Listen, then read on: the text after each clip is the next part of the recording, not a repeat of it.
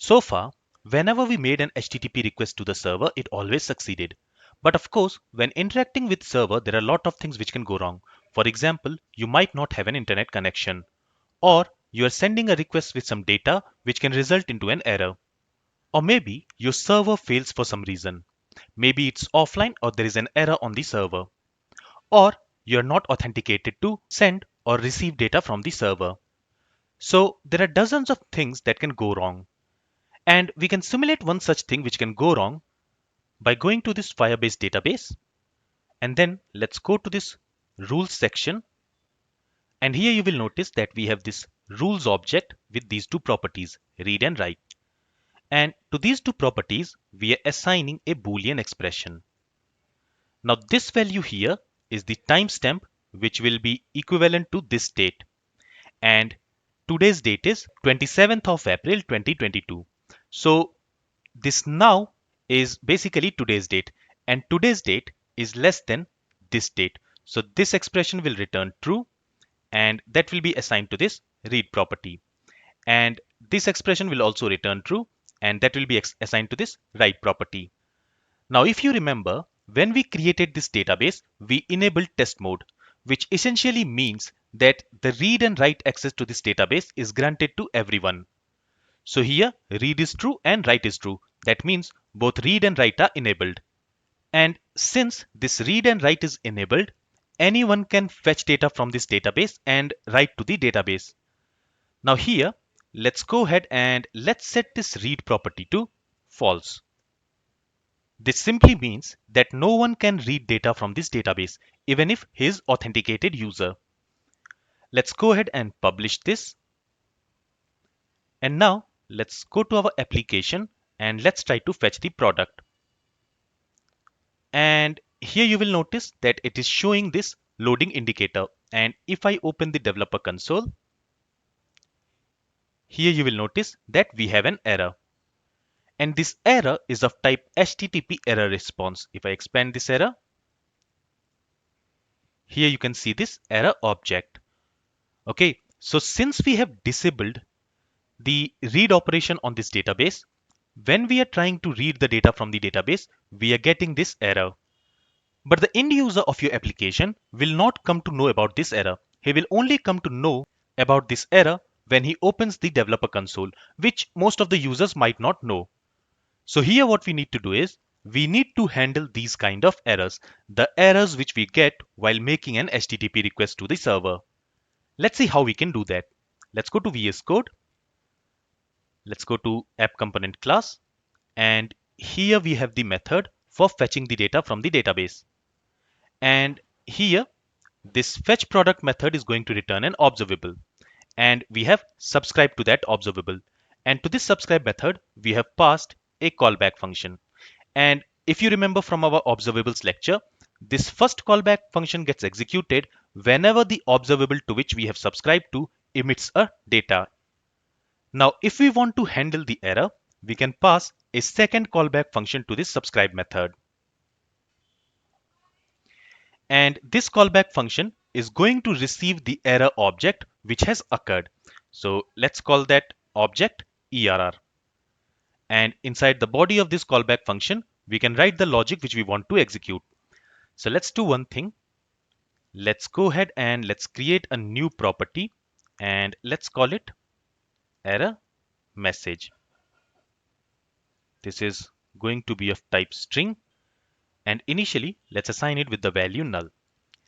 And when any error will occur, this callback function will be executed. So inside this callback function, let's say this dot error, this error message equals, here we are receiving the error object. So let's call it ERR.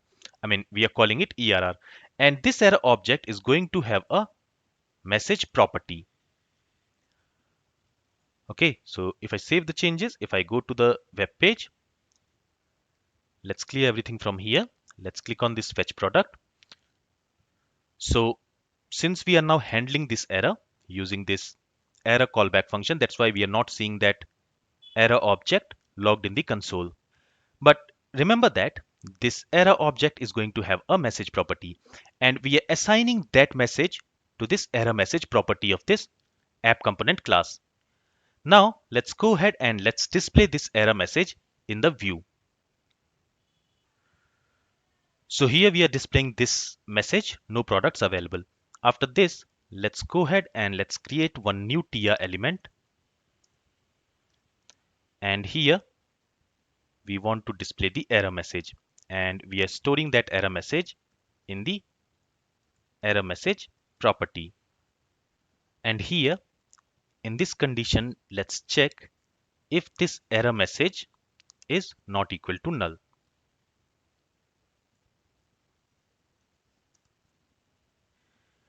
And here, when the error message will be displayed at that time, we don't want to show this loading indicator.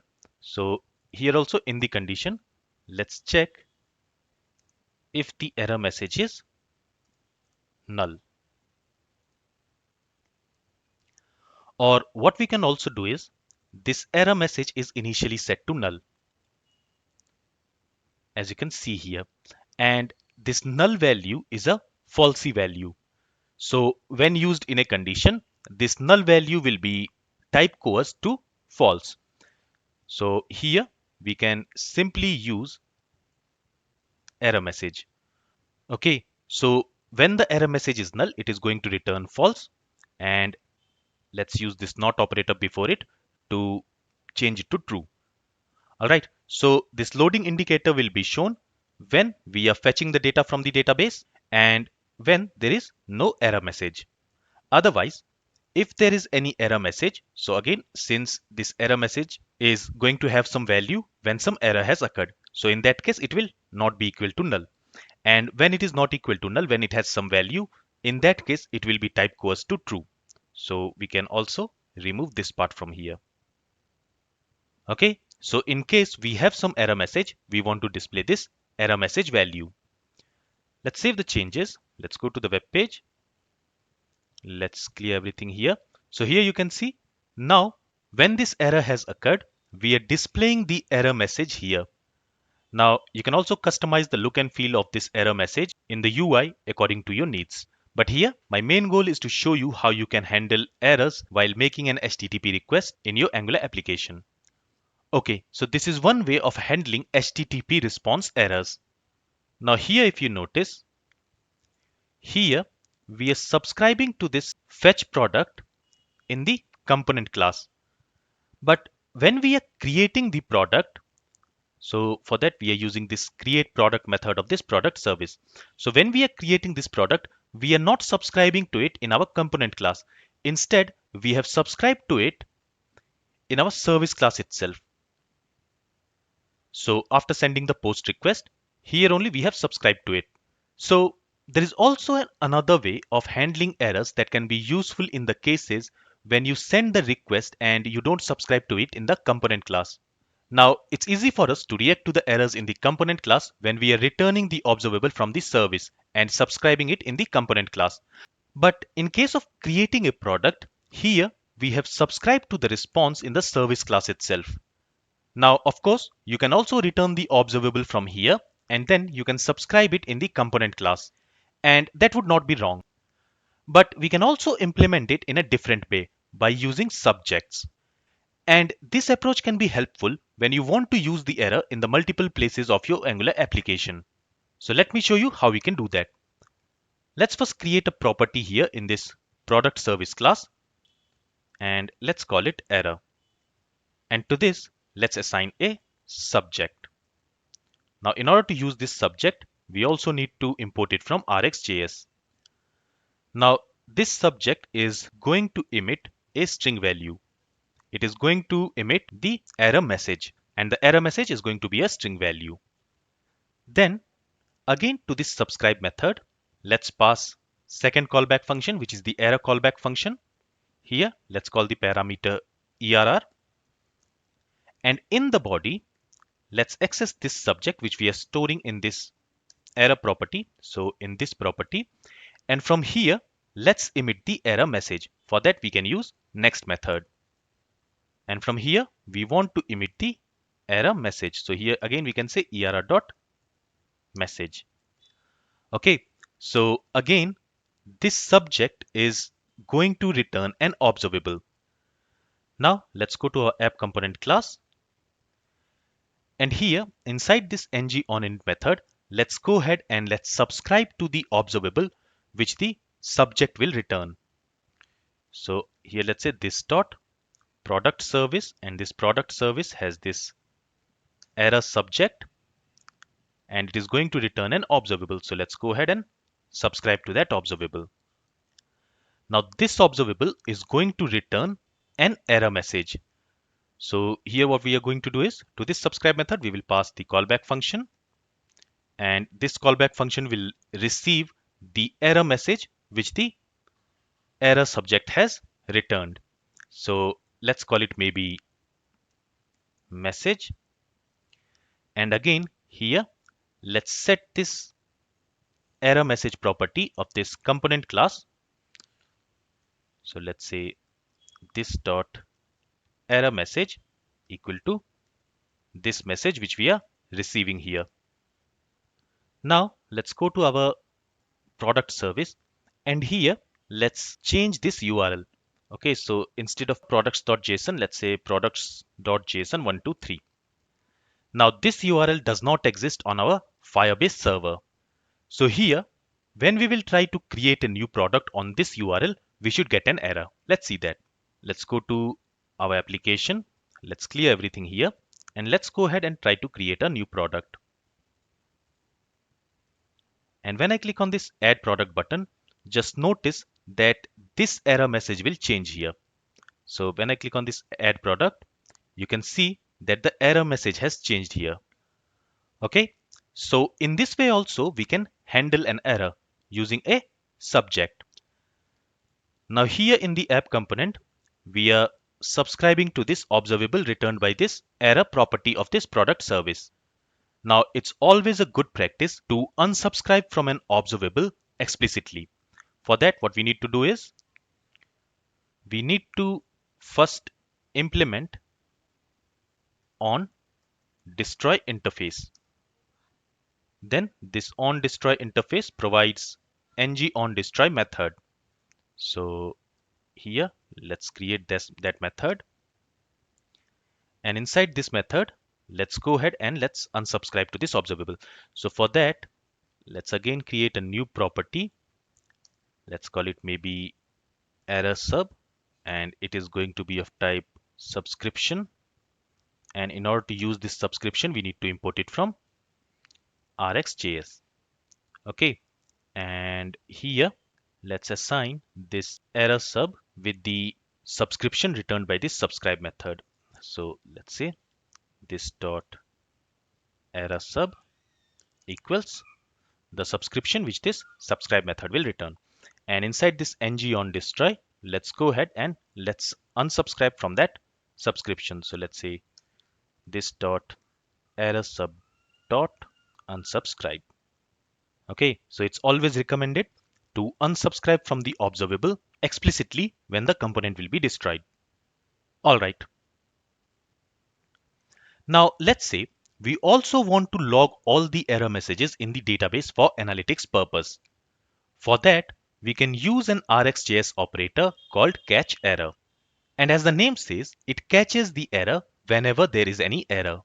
And using this operator, we can do stuffs like logging the error in the database or a file. Let's see how to do that. Let's go to product service. And here if you notice, when we are fetching the product, instead of returning the response directly, we are transforming it using this map method.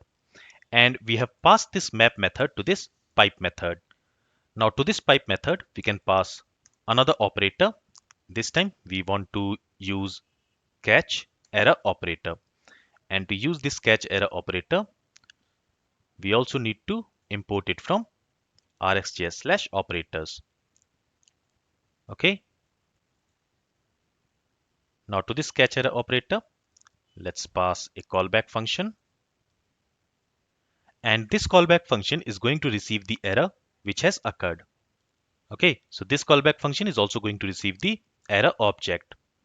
Now inside this callback function, we can go ahead and write the logic for logging the error messages in the database or a file.